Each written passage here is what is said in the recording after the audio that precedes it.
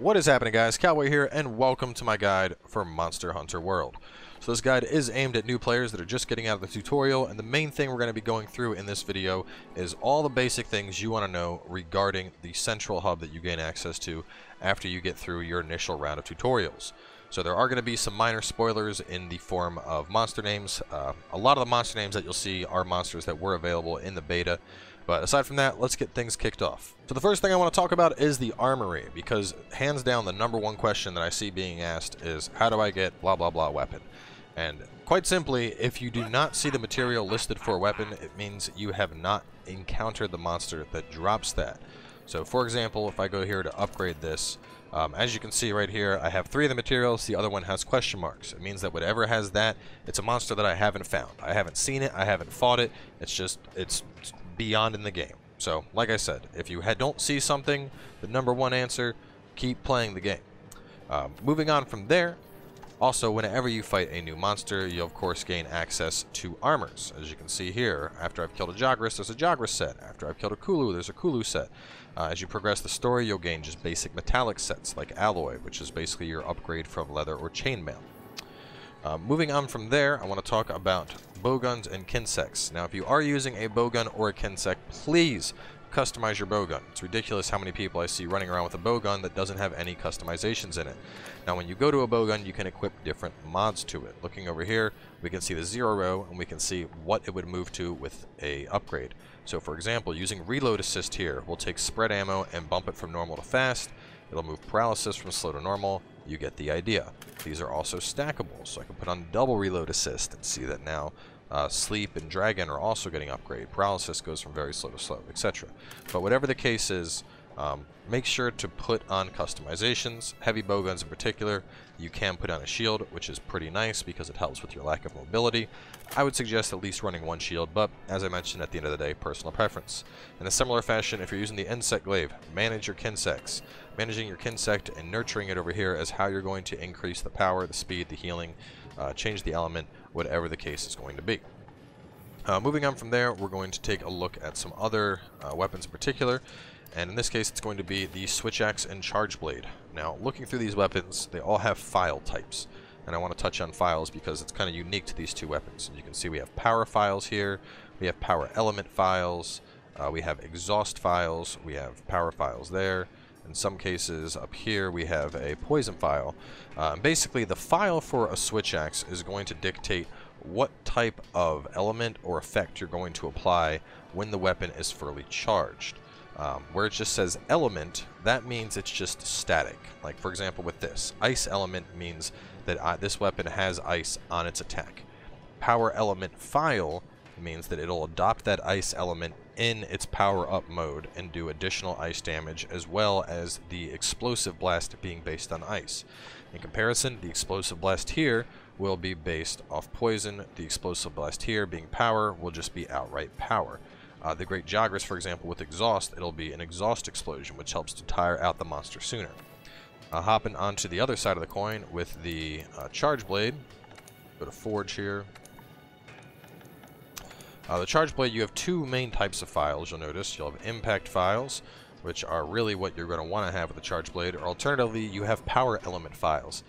Impact files help with basically stun damage. They allow you to knock the monster down and beat it more.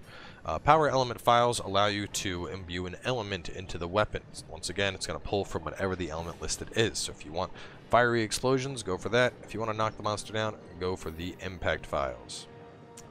Aside from that, some other things that were weapon specific to look at is when it comes to making a bowgun, make sure you tab over twice with the right trigger and see what types of ammo your bowgun can make. Just looking at the list here, you can see that these different bowguns all have different types of ammo available, and that's going to be your number one factor when it comes to making a bowgun, is choosing one based off the ammo needs. Cannot stress that enough. The same thing also applies to bows with the coatings. Moving on from there, let's talk about upgrading. So when it comes to upgrading armor, I see a lot of people wondering, how do I get my skill up? And a good example of this is going to be with a bone mail. Bone mail's attack boost. Everyone goes, oh yeah, I want the attack. And they try to level it up and the attack doesn't move. Upgrading your armor simply increases the defense, which is important and shouldn't be overlooked.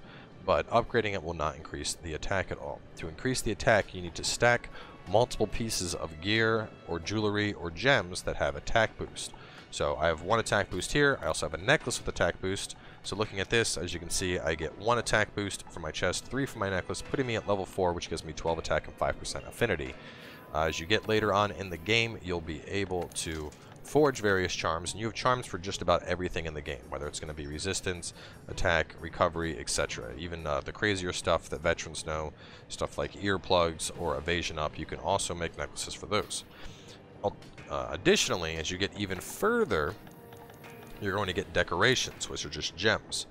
And once you get access to those will also boost gear further. So for example, I have a defense jewel there, I have a miasma jewel in that, and as you wear, more defense here. And basically, as you wear this stuff, what it'll do is, it's just like having the skill on your armor. So for example, using this particular piece of armor, it's going to have Stamina Surge 2, Agitator 1, and Defense Boost 1. So basically, to get your skills up, use a combination of pieces that have those skills, your jewelry, and then also the gems that you put in. Now that we're down in the center of the hub, the first thing I want to take a look at is the Resource Center. Now the Resource Center is incredibly important. You'll be stopping by here after every other quest, and for good reason. We have bounties here. Now bounties are going to be your main way to pull in both armor spheres and research points. These are just passively completed as you do quests, depending on what you have. So for example, with field research bone piles, whether I'm on a hunt or an expedition or an optional mission, if I'm finding bone piles, I'm getting progress towards this. So obviously, if you're going to be hunting in a particular area, hunting in Coral Highlands, for example, you can take this, swap it up, okay, overwrite, and now I'm going to be getting progress for doing my Coral Highlands quests. And the requests themselves, those will just replenish over time, so you don't got to worry about that. You don't have to worry about, oh, I got to complete all these at once. Just put them on, tailor them towards the kind of stuff you're doing, and you will gradually pull in plenty of armor spheres and research points. As for critical ones, these are useful to get prints, and then limited ones are limited time, but they can get you nice things like the silver eggs, silver Wyverian prints, stuff like that. So check that from time to time. Moving on from there, we have investigations, and investigations are going to be your main form of farming monsters for parts, as well as a very hefty amount for income. So just for example here, let's say we are hunting a Baroth for parts. This looks like a pretty standard quest. We got 50-minute, 4-player limit, faint 3 times and it's over. The same locale you always find Baroths in, but I get 8820 Zenny, and I get 2 guaranteed silver rewards. Now for comparisons, if I were to go over to here to the hunt, I were to go to an optional quest to hunt a Baroth at high rank, basically the same exact thing as before, hunt 50 minutes, 3 times, 4 people, but I'm only getting 7200 Zenny, and I'm not getting the guaranteed rewards. So in short, it's very important that you do investigations if you're farming the monster, because you'll get the parts you need much sooner. With that being said, optional quests are still important to knock out, because they're going to help unlock various other things for you, such as certain hunts or new optional quests, which can then lead to new recipes. Last thing to talk about while we're here is going to be deliveries. Anytime you get side quests, you're going to come here and do deliveries. Additionally, as you find new camps, you're going to deliver the materials you need here to open those up. Usually you can just tab over to pending, and if you have the item, it's ready to turn in. Moving forward from here, we're going to talk about the botanist, which is fantastic when it comes to getting things you need. So the botanist starts off with only 1 item to cultivate and one row in your harvest box. But as you progress through and you complete his quest and progress the story, you can get up to triple cultivating and 3 rows. And when it comes to cultivating, you can cultivate seeds, herbs, bugs, as well as nuts. And these are all the consumable type stuff that you're going to be using. This is used to make pierce ammo. This is for cluster bombs, flash bombs for flash pides. Bitter bugs are really important if you're looking to make max potions. Gob bugs are important if you're looking to combine them. Devil's Blight is good to make the super blast bombs. Like basically whatever you want to craft, anything that's not, farming ore, you'll find it here and you can cultivate it. So right now I'm cultivating a ton of honey because I need that to make my my super potions as well as my max potions.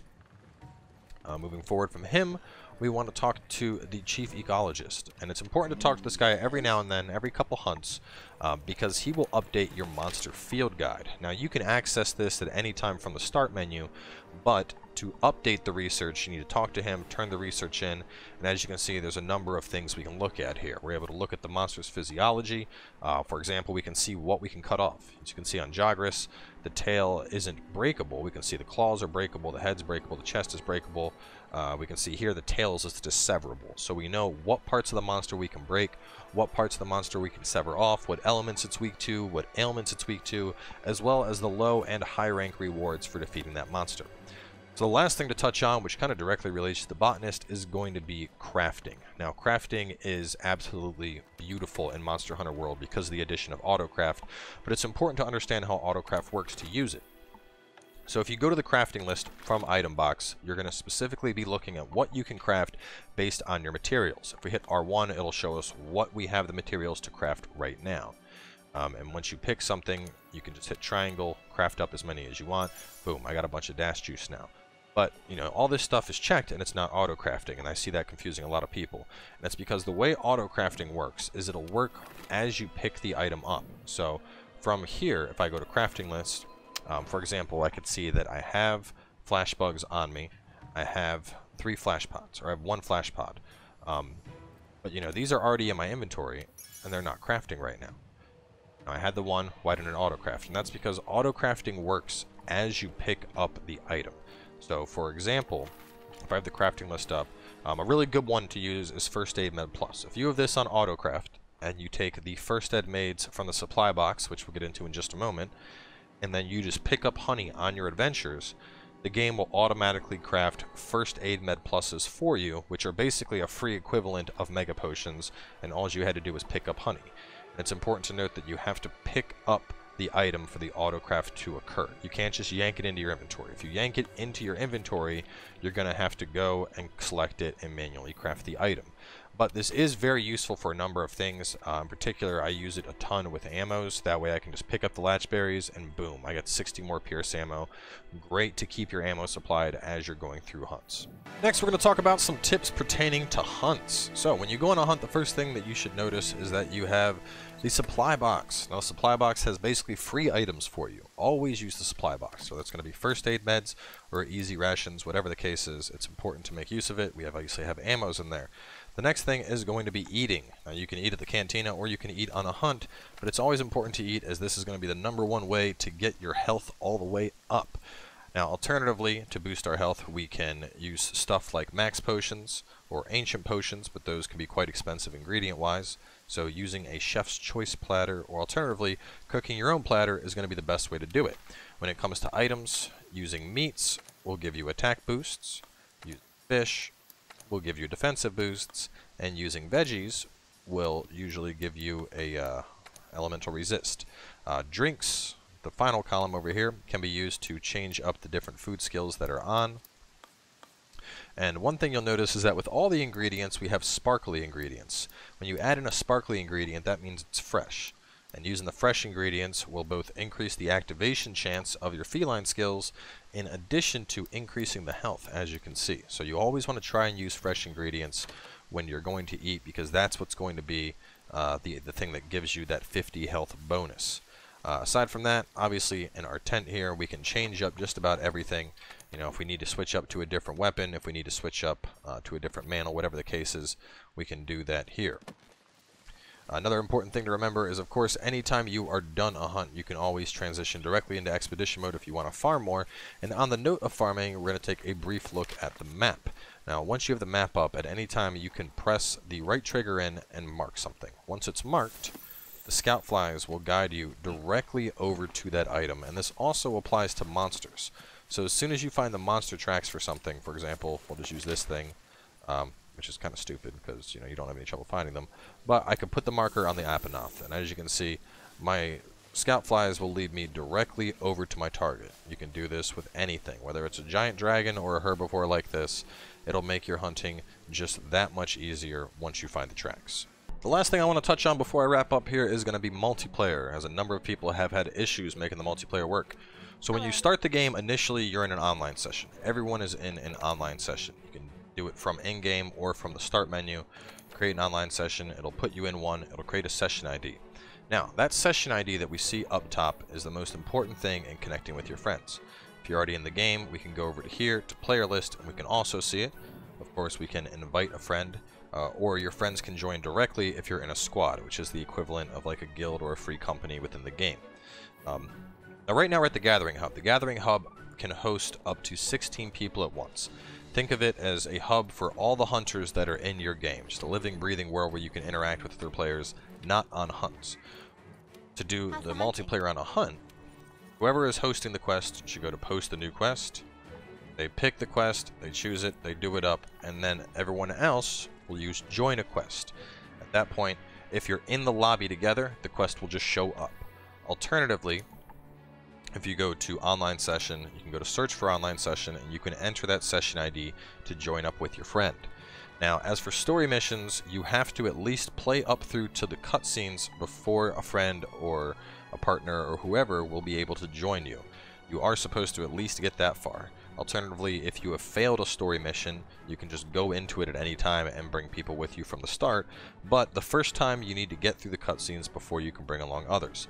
The other multiplayer mechanic is going to be an SOS flare, and SOS flares can be used at just about any time. The story mission, you can use them once you've gotten past the cutscenes, once again that you still have that lock there. But an SOS flare will basically open your game to any player that is currently online. So anybody will be able to find your game, including people that are overseas or people that may not speak the same language as you, so keep that in mind. If you want to do multiplayer with an expedition, right now a common misconception is the only way to do that is to go to expedition and use an SOS. Alternatively, if you go on a mission with all of your friends, ideally make it an optional mission or an investigation. For example, let's say I wanted to do Ancient Forest with some friends. If I did optional, did a high rank, picked a random Ancient Forest one, here we go, just kill a Pookie. As soon as that mission is done, if we opt to stay in the locale, we automatically transition into expedition mode. So at that point, you can do expedition mode with your friends without having to deal with SOS flares or anything like that. But either way, that's going to wrap things up. Hopefully you guys found this video a little bit helpful. I know these are a lot of things that I wish I would have known before I jumped in that probably would have made my experience a lot more smooth. Obviously, there are tons and tons and tons of things I can make guides about for this game. I could probably make a 5-hour video just explaining various things. But we're going to wrap this one up here, and in the future I'll probably have some hunt guides talking about how to take down certain monsters with the most efficient weapons. So either way, thanks for watching. Hope you guys enjoyed it. Drop a comment below letting me know your thoughts, and I will catch you next time.